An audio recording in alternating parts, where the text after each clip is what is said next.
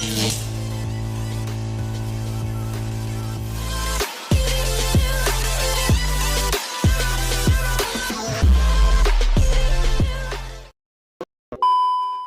warahmatullahi wabarakatuh.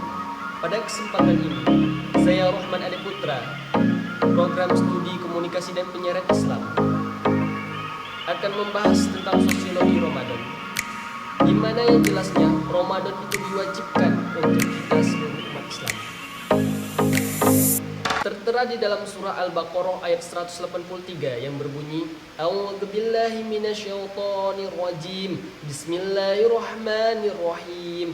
Ya ayyuhalladzina amanu kutiba alaikumusiyam kama kutiba alal ladzina min qablikum la'allakum tattaqun.